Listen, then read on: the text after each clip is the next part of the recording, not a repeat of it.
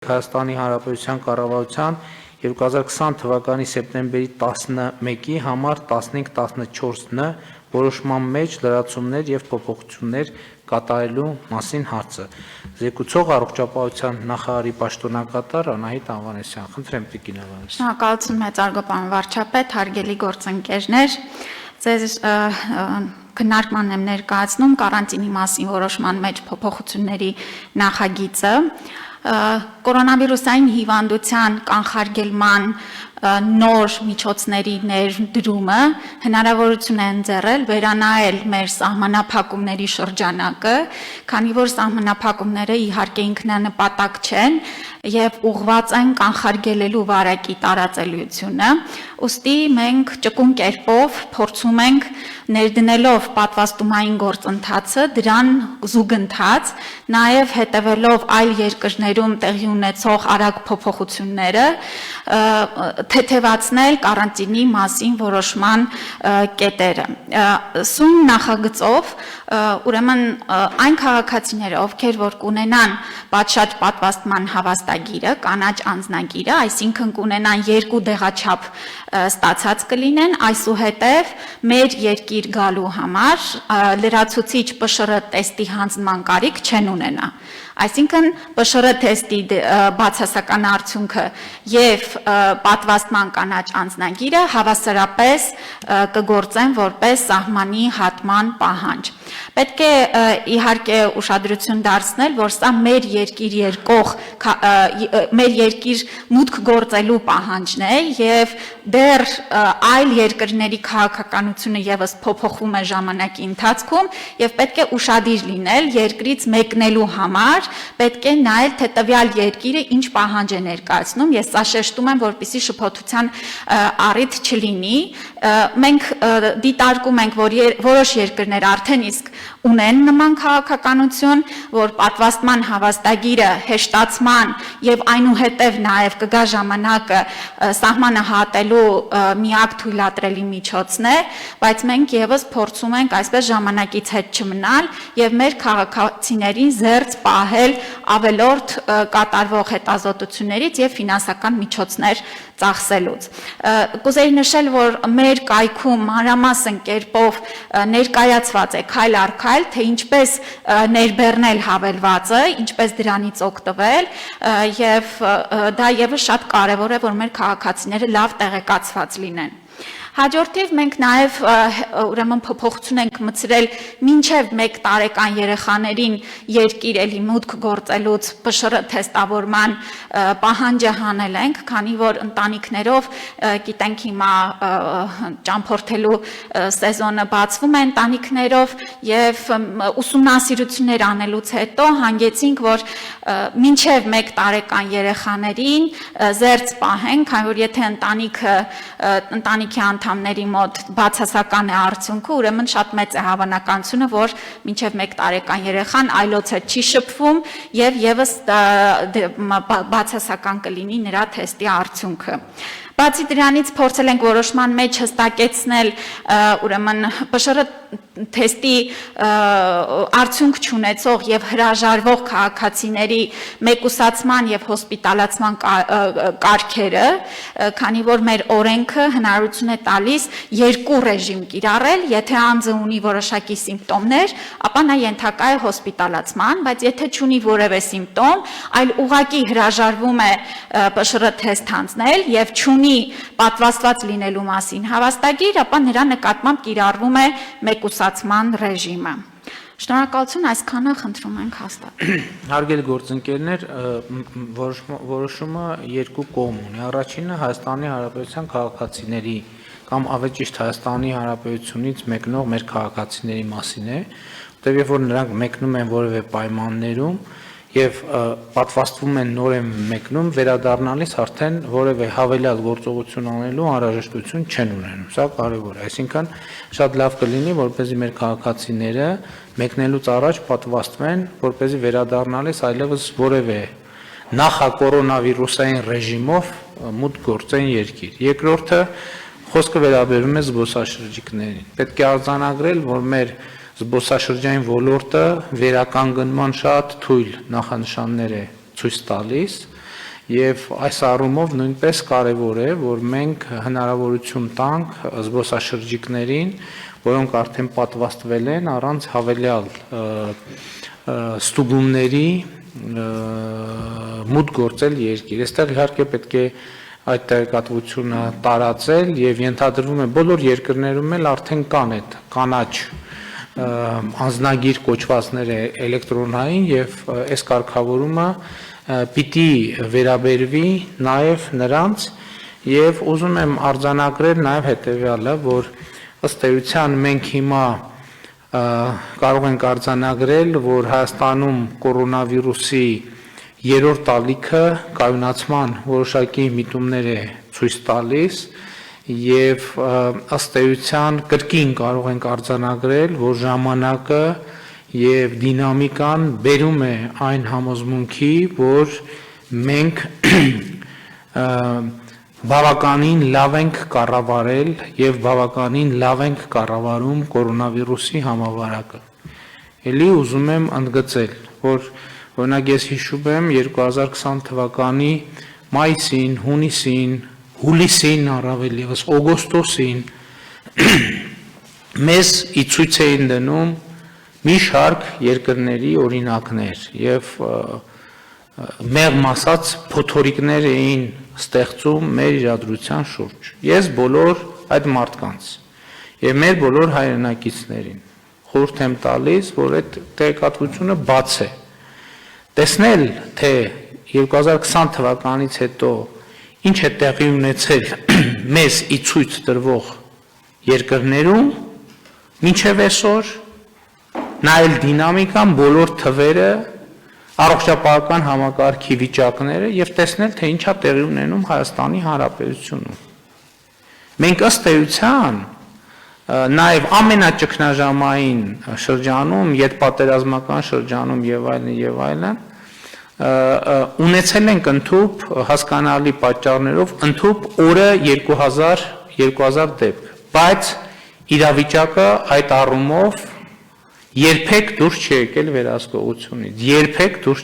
վերահսկողությունից,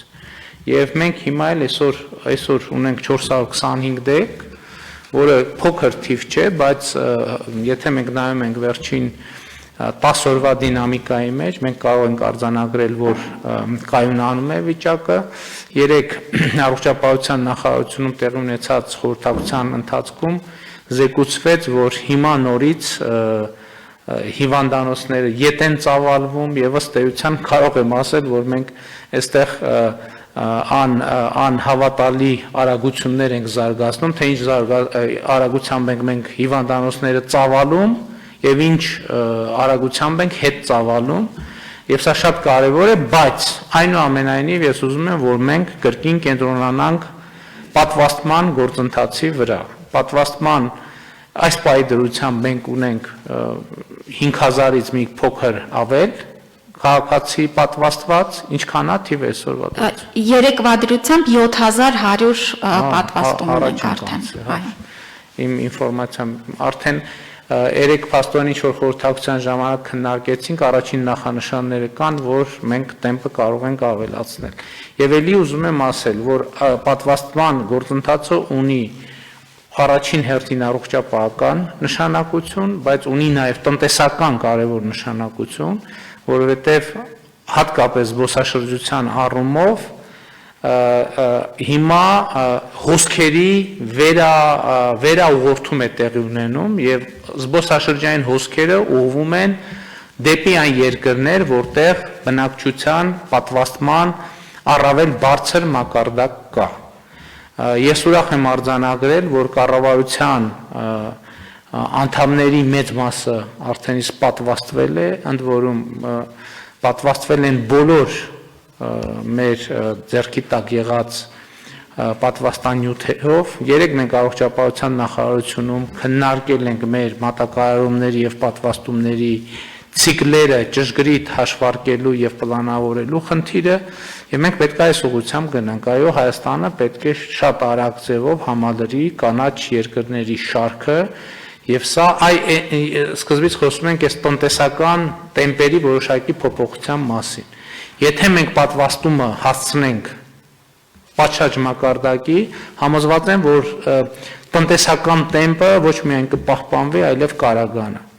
Այս առումով ես հատկապես հույս ունեմ, որ մեր բիզնես հանրության ներկայացուցիչները կխրախուսեն աշխատողներին, գործավորներին, որպեսզի կազմակերպված ձևով ընկերություններում տեղի ունենա պատվաստում, մանավանդ որ մենք գիտենք հիմա կա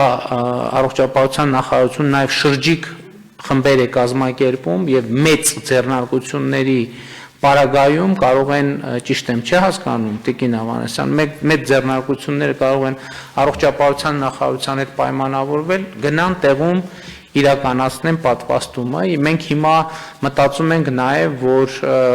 պատվաստում իրականացրած սպասարկման ոլորտի հյուրանոցներ, ռեստորաններ եւ այլն թողարկենք պետական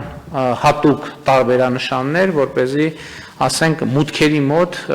փակցված լինի, որպեսզի զբոսաշրջիկները վստահ լինեն, որ աշխատակազմի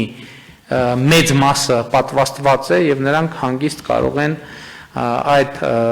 ռեստորանի կամ հյուրանոցի կամ որևէ այլ օբյեկտի ծառայությունից օգտվել առանց մտավախություն ունենալու վարակվելու կորոնավիրուսով։ Իհարկե, մենք այլ խթաններ նույնպես պետք է մտածենք, թե ինչպես շահագրգռենք մեր քաղաքացիներին, որպեսզի նրանք պատվաստվեն, լրատվական քաղաքականությունը չափազանց կարևոր է այստեղ եւ էլի սա պետքա լինի առաջիկայում մեր ամենօրյա աշխատանքը նախարարություններում, գերատեսչություններում, ընկերություններում, որովհետեւ սա չափազանց կարևոր առողջապահական տնտեսական եւ հիմա նաեւ քաղաքակրթական խնդիր է մեր երկիրը աշխարհի քարտեզի վրա ճիշտ դիրքավորելու առումով։ Համեցեք Տիկին Ավանեսյան։ Շնորհակալություն պարոն վարչապետ, եթե թույլ տաք եւս մեկ անգամ առիթը օգտագործելով կուզեի նշել, որ այո, մեր կորոնավիրուսային հիվանդացության թվերը այսպես նվազման միտում են ցույց տալիս, բայց մենք սա պիտի դիտարկենք ոչ թե զգոնության թուլացում, այլ հակառակը պիտի դիտարկենք որպես ոսկե պատուհան եւ այս ընթացքը օգտագործենք պաշտպանվելու հաջորդ հնարավոր ալիքներից, որովհետև ցավոք սրտի հիվանդացությունը նաև ծանրանում է։ Մենք դիտարկում ենք, որ ամեն ալիքի հետ եւ տարիքային երիտասարդացումը եւ ռիսկի խմբերի անձանց մոտ բարդությունները, ծանրությունը հիվանդության բավական մեծացել է։ Ուստի ունենք լավ հնարավորություն եւ կառավարությունը ջանք ու միջոց չի խնայել, որպիսի հասանելի դարձնի մեր քաղաքացիներին։ Կուզեի շեշտել, որ պատվաստումները իրականացվում են անվճար, կարող եք մոտենալ ցանկացած պոլիկլինիկա, ցանկացած ամբուլատորիա եւ պատվաստվել։ Ունենք նաեւ, ինչպես նշեցիք պարոն վարչապետ, շրջիկ խմբեր, ունենք նաեւ քաղաքում տեղակայված բանուկ վայրերում, հյուսիսային պողոտայում, մոլերում հնդածս կավելանան մեր այս մոբիլ խմբերը, որ քաղաքացուց 10 րոպե ժամանակ է միայն անհրաժեշտ եւ մի փոքր պատասխանատու գիտակից մոտեցում, որտեղ ոչ միայն մեզ ենք պաշտպանում, այլ նաև մեր հարազատներին, մեր ծնողներին եւ այն անձանց, ովքեր ունեն առողջության հետ լուրջ խնդիրներ։ Շնորհակալություն։ Մի այսպիսի դիտարկում էլ, այո, շատ կարևոր է հակահամաճարակային կանոնների պահպանումը։ Ես հետաքրքրվեցի եւ պարզեցի, որ ըստ էության դիմակների գները եկել հասել են նախահամաճարակային մակարդակի, այսինքն դիմակները ամենուր վաճառվում են եւ վաճառվում են նույնիսկ հնարավոր է տեղտեղ նաեւ ավելի էժան, քան թե եղել են համաճարակից առաջ, ուստի շատ կարեւոր է, որ մենք դիմակների կրման կանոնները հստակ պահպանենք եւ ժամանակի ընթացքում երևի պետք է ավելի մեծ ուշադրություն դարձնենք դրան եւ ոստիկանության հետ պիտի քննարկենք հարցը, թե ինչպես կանոնների պահպանման նկատմամբ հսկողությունը ուժեղացնենք, որպեսզի այո, այս պատուհանը օգտագործենք։ Խնդրեմ, պարոն Հարությունյան։ Պարոն վարչապետ, այն գաղափարը, որ բիզնեսին տրվի նման սահմանված նմուշի կանաչ, այսպես ասած, սպիտակներ, որը ցույց կտա, որ այդ հիմնարկները զերծ են կամ հիմնական մասը պատվաստված են, ես առաջարկում եմ, որ նմանատիպ պիտակներ եւ սահմանված նմուշի ուրեմն վկայականներ տրամադրվեն նաև գերատեսչություններին, պետական գերատեսչություններին, որովհետև սա նույնպես պետական գերատեսչությունների պատասխանատվությունը եւ միայն բիզնեսի առումով չպետք է սահմանափակվեն եւ ես մի հարց ունեմ Տիկին Ավանեսյանին, Տիկին Ավանեսյան, արդյոք բոլոր տեսակի պատվաստանյութերով պատվաստած քաղաքացիներ, տուրիստները կամ զբոսաշրջիկները, օտարերկրացիներ գալիս են Հայաստան, ընդունելի են մեզ համար եւ կարող ենք ասել, որ ազատ է նրանց մուտքը Հայաստան։ Շնորհակալություն հարցի համար, այո, պարոն Հարությունյան, ընդհանուր առմամբ հաստատված մոտ 10-ից մի փոքր ավել պատվաստանյութեր կան եւ մենք ընդունում ենք տվյալ երկրից եկող քաղաքացիների, ուրեմն երկրում արկա պատվաստանյութերով պատվաստվելու հավաստումը։ Եթե տվյալ երկիրը նրան տվել է կանաչ անձնագիր, ապա մենք դա ընդունում ենք եւ մեր երկիր գալու համար բաց կլինի նրանց համար։ Ես էլի ուզում եմ այս տեղեկատվությունը ընդ որում պետք է անընդհատ շրջանառվի։ Հիմա իհարկե այդպիսի շատ նախնական տեղեկություններ կան, բայց մեծ հաշվով գրեթե տեսանելի է, որ մի X պահից երկրները ընդհանրապես արգելելու են չպատվաստված քաղաքացիների մուտքը իրենց տարածք։ Սա անխուսափելի հեռանկար է եւ դա կարող է, ասենք, օգոստոսից, սեպտեմբերից կարող են արդեն հայտնվել այդպիսի երկրներ, ինչա սա կարևոր հիմա արձանագրել եւ անընդհատ իրազեկել մեր քաղաքացիներին, որովհետեւ պատվաստման գործընթացը չի իրականացվում մեկ ներարկումով։ Պատվաստման գործընթացը իրականացվում է երկու ներարկումով եւ սովորաբար կարող է ներարկումների միջև այդ ժամկետը տևել 2 ամիս։ Այսինքն, եթե օրինակ որևէ մեկը պլանավորում է, որ օգոստոսին պետք է ինչ-որ երկիր մեկնի, ճիշտ կլինի, որ ինքը այսօրվանից պատվաստվի, որովհետեւ ճիշտ է, այսօր չկա այդ արգելքը, բայց գործընթացների քննարկումների տրամաբանությունը զարգանում է այն ուղղությամբ, որ արդեն օգոստոսից կհայտնվեն երկրներ, ովքեր նույնիսկ տրանզիտի համար կարող են ուղղակի հնարավորություն չտալ չպատվաստված քաղաքացիներին վայրեջք կատարել իրենց օդանավակայաններում։ Այնպես որ ելն եմ ասում, դա շատ կարևոր է, որպեսզի հետո օգոստոսին, սեպտեմբերին չհնչի հարց, բա ինչու մենք չգիտենք, բա ինչու տեղեկացված չենք եւ այլն եւ այսպես շարունակ։ Եվ կարծում եմ, որ մենք իսկապես պետք է ակտիվացնենք այսօրվա թվի դինամիկան փաստորեն մի փոքր մենք տեսանելի աճ ունեցել ենք եւ կրկին այո բոլոր գերատեսչություններին, նախարարություններին պետք է այդ գաղափարը ընդհանրապես գուցե հետագայում ավելի զարգանա, հնարավոր է տաքսիների համար այդպիսի թողարկում իրականացվի, որ զբոսաշրջիկները, ասենք, եթե նշանը ունեն, տաքսիները իմանան, որ վարորդը պատվաստված է եւ այլն եւ այսպես շարունակ, որտեղ ճիշտ է, ելի եմ ասում, մեծ է հավանականությունը, որ կհաղթահարվի, արդեն երևում է, թե ինչպես, բայց դա չի նշանակում, որ հարցը օրակարգից դուրս է գալու, որովհետեւ դեռ պիտի պարզվի, թե պատվաստանյութերը ինչքան ժամանակ են երաշխավորում եւ այլն եւ այսպես շարունակ։